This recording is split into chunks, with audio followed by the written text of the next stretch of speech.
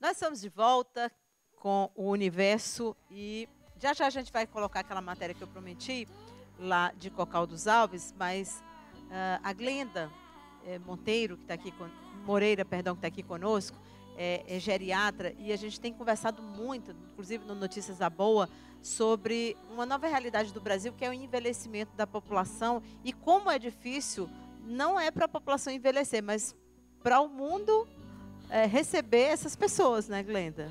O que fazer? O grande desafio é assim, a gente sabe que a gente vai conquistando mais anos, conquista, expectativa de vida ao nascer 73 anos hoje, daqui a alguns anos, acho que em torno de 25 anos na frente, essa expectativa sobe para 80 e alguns anos. Então, o detalhe é saber como é que a gente vai chegar lá, né? Porque envelhecer hoje, culturalmente, pelo menos aqui em Teresina, como é que a gente vê os nossos idosos? Como é que eles se veem? Se enxergam de uma forma muito fragilizada ainda, culturalmente, entendendo que são incapazes ou é impossível seguir. Então, acha-se que a velhice ainda é dura demais. E acho que sim, ela tem um perfil ainda difícil. Então, acho que a gente tem que tentar ver se a gente muda um pouco esse aspecto, seja cultural, mesmo com divulgação, educação em saúde, educação social, né? E fazer com que as pessoas entendam que estar vivo é estar com o plug na tomada. A gente continua aqui. Envelhecer não é, para mim, a melhor idade. Eu sempre falo isso. Acho difícil, porque o corpo não acompanha. É difícil você ter 90 anos e querer continuar fazendo a mesma caminhada que fazia aos 60. Mas é possível continuar aos 90 fazendo outras coisas. Mantendo a autoestima, mantendo a vivacidade, né? Mantendo... Agora, para isso precisa uma cultura favorável, precisa o aspecto financeiro favorável, precisa família, precisa ter gente que te ama. Então, eu chamo, e acho que o Alexandre Kalash, que você estava falando, que deu uma entrevista, da ONU. Esse cara é da ONU, da Organização Mundial de Saúde, e ele é fantástico, e ele fala num termo que é a gerontolescência, que é essa fase, né, de a gente chegar na idade, e aí, me reinvento. Eu posso me reinventar. E outro termo é capital humano. Quer dizer, a gente se preocupa em previdência privada, etc. Mas e aí, as pessoas? Quem vai cuidar de mim ou quem vai estar comigo quando eu estiver com 60, 70, 80? Capital humano você faz desde sempre, desde que nasce, né? Então você vai tendo que lembrar disso. Viver isolado não é vida. E essa exclusão deve ser muito ruim, né? Sim. Exclusão, porque os idosos são excluídos. É verdade, das atividades sociais. Cada vez em famílias também. Tarde, não pode, isso, aquilo não pode, não dá. Sabe o que eu acho? Viajar, o não pode é uma coisa engraçada. Eu acredito assim, doutora, a vida, ela é muito preciosa. E nós nascemos para ser feliz. E ser feliz é uma escolha. Eu escolho ser feliz. Não é que eu não vá ter problemas na minha juventude ou na minha velhice. O tempo todo eu tenho problemas e dificuldades, mas eu tenho que escolher estar feliz, independente daquilo que eu estou enfrentando. Eu acho que na terceira idade é um momento que você tem que se conscientizar disso. Eu estou vivo e eu preciso ser feliz. E tem que ter coragem, né? Uma amiga minha fala isso. Para ser feliz tem que ter coragem. O acolhimento também, que é muito importante, a história do não isolamento, né? Do não isolamento. Porque isso é muitas vezes da cabeça da pessoa. A pessoa aposentou, pronto, a pessoa está inválida. A diferença então, tem que ver uma mudança intrínseca na cabecinha. Porque senão, a diferença entre as formigas e os dinossauros é que as primeiras são sociais, né? Sim. Os dinossauros se acabaram. Exato, se isolaram. Olha, a história de fazer só a sua parte, né? A gente ouve muito, é uma das coisas que eu menos gosto, principalmente profissionalmente. As pessoas dizem, só vou fazer a minha parte. Eu acho isso tão pouco, tão pequeno. E lá em Cocal dos Alves tem uma história de gente que só faz a sua parte, mas a parte é tão grande, mas tão grande, que é um exemplo e já está contaminando a comunidade inteira. Eu estou falando de uma escola que é modelo para o Brasil inteiro, que é um orgulho para o Piauí e também para o Brasil. E eles não param de produzir campeões e também de nos surpreender. Imagine uma escola pública onde no período de férias os alunos estão, sabe o quê? Estudando. Os ex-alunos voltam à sala de aula para ajudar aqueles mais novos. Aqueles que já são mestres, têm mestrado na Universidade Federal do Piauí, estão dentro de sala de aula, ex-alunos da escola ajudando aqueles que ainda estão lá. Vamos mostrar essa história? É tempo de férias na Escola Augustinho Brandão. O silêncio nos corredores destoa dos dias barulhentos do recreio dos 240 alunos da escola de Cocal dos Alves, a 360 quilômetros de Teresina. Mas mesmo durante as férias, eles continuam estudando. Nós vamos entrar aqui numa das salas onde estão acontecendo preparações para as Olimpíadas Brasileiras de Matemática. É tempo de estudo na escola que pretende levar 37 alunos para competir na segunda fase da Olimpíada Brasileira de Matemática das Escolas Públicas, a OBMEP. O esforço é para que a escola, que já é campeã, conquiste mais medalhas. Ana Carla, por exemplo, já tem 5. Meu sonho sempre foi ganhar um ouro, né? Eu estou tentando e um dia eu sei que eu consigo.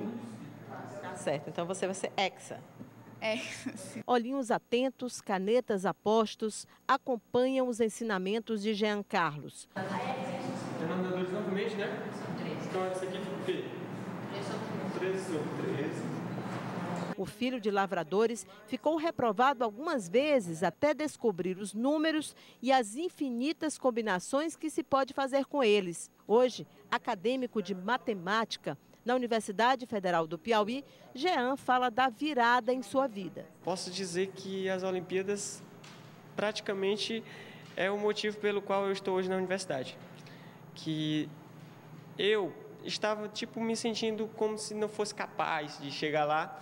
E com essa Olimpíada foi que eu acreditei em mim mesmo e continuei lutando e hoje estou na universidade. Vitalino é mestre em matemática e também abriu mão de parte das férias para ajudar no mutirão de ensino no colégio. Aqui, ele ajuda a elaborar e corrigir os testes que são preparados com base no programa das Olimpíadas. A jornada de Vitalino até aqui não foi nada fácil. Eu morava no interior, a uns 15 quilômetros daqui. Eu trabalhava durante o dia, estudava à noite, não tinha tanto tempo para estudar, né? Aí, se não tivesse um incentivo, era difícil, né, continuar. Eu mesmo estudava por estudar, não tinha nem assim a intenção de estar estudando já para fazer uma faculdade. Aí, através da OBMEP, eu comecei a tomar gosto pela matemática. Com essa medalha, na época a gente tinha direito a uma bolsa. Eu fui para Teresina, mas para me manter com R$100 por mês. 2, 3 meses que eu já estava lá, foi aprovado um projeto que para quem era medalhista na UBMEP e tivesse fazendo um curso superior, tinha direito a uma bolsa de iniciação científica. Aí eu já comecei a ganhar essa bolsa. Aí essa já foi na época era 300 e poucos reais. Hoje acho que já está em torno de 500, por aí assim.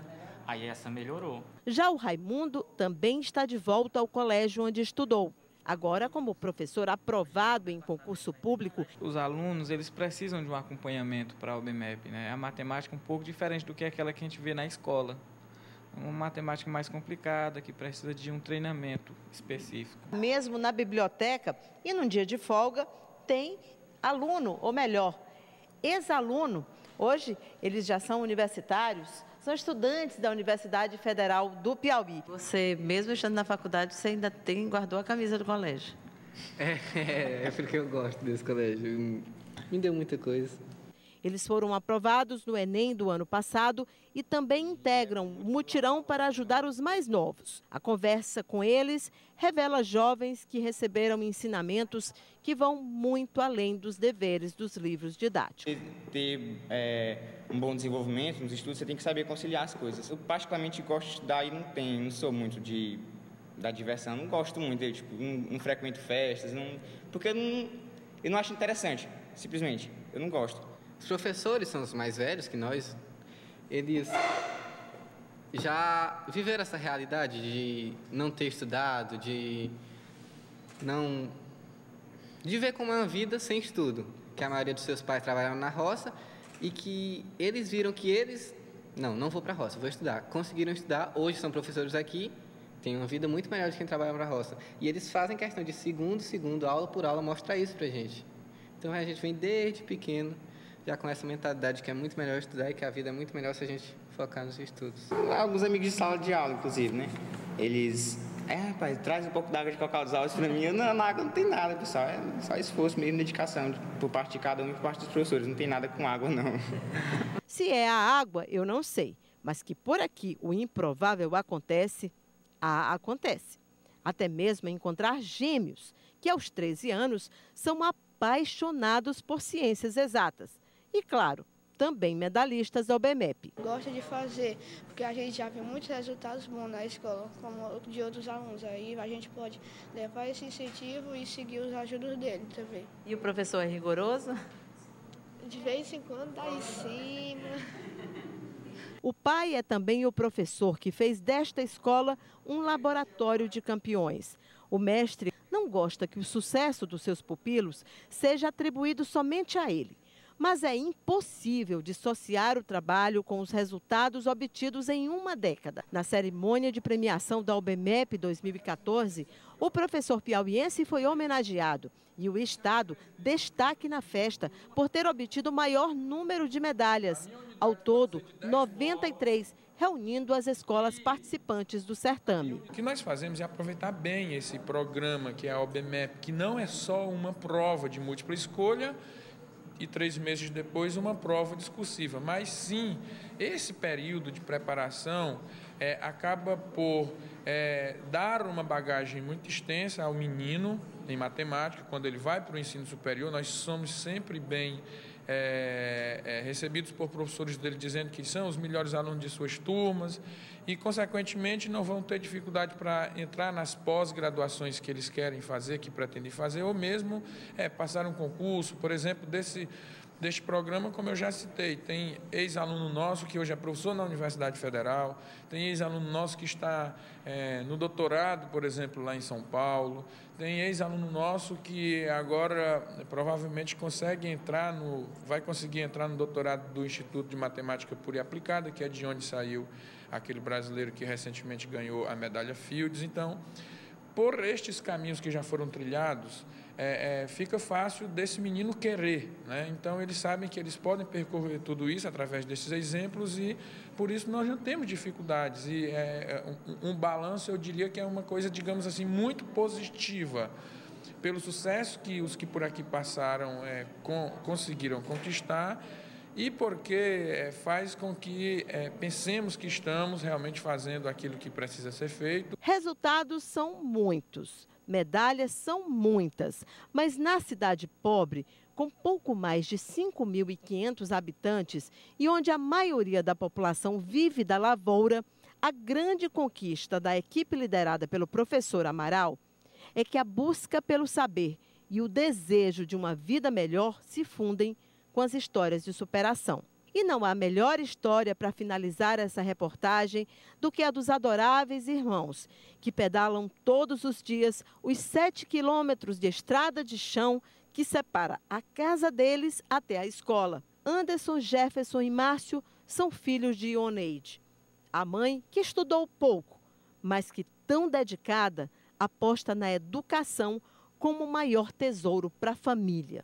Nós 3 queremos passar do 3º ano na universidade, fazer o ensino médio, ensino fundamental todo, para quando chegar na vida, lá na frente, ter uma chance de ter aquilo que nossos pais não tiveram, de ter um bom emprego, saber... Meu pai, por exemplo, meu pai ou minha mãe não sabe muito fazer assim, contas de matemática assim, que às vezes eles precisam assim. E nós, como nós já somos assim, nós servimos de muita utilidade para eles e tanto para nós mesmos. Então, vocês já estão ajudando os pais a fazerem as contas? Sim. Em que momento que você ajuda seu pai, sua mãe? O meu pai trabalha com vender carne, aí ele precisa de contas de multiplicação para saber essas coisas. Quanto ele e o parceiro dele ganha e o lucro da carne. Ah, tá certo. E os 3 estudam muito mesmo? Muito. Tem que estudar, resolver uns problemas, a lista que o Amaral passa para preparação, para conseguir ganhar medalha neste ano. Quem é que estuda mais dos 3? Ele. Eu. É? E quem é o mais inteligente? Ele. Eu de novo. Ele. Quem é que tá dizendo, os 2? Eles concordam comigo.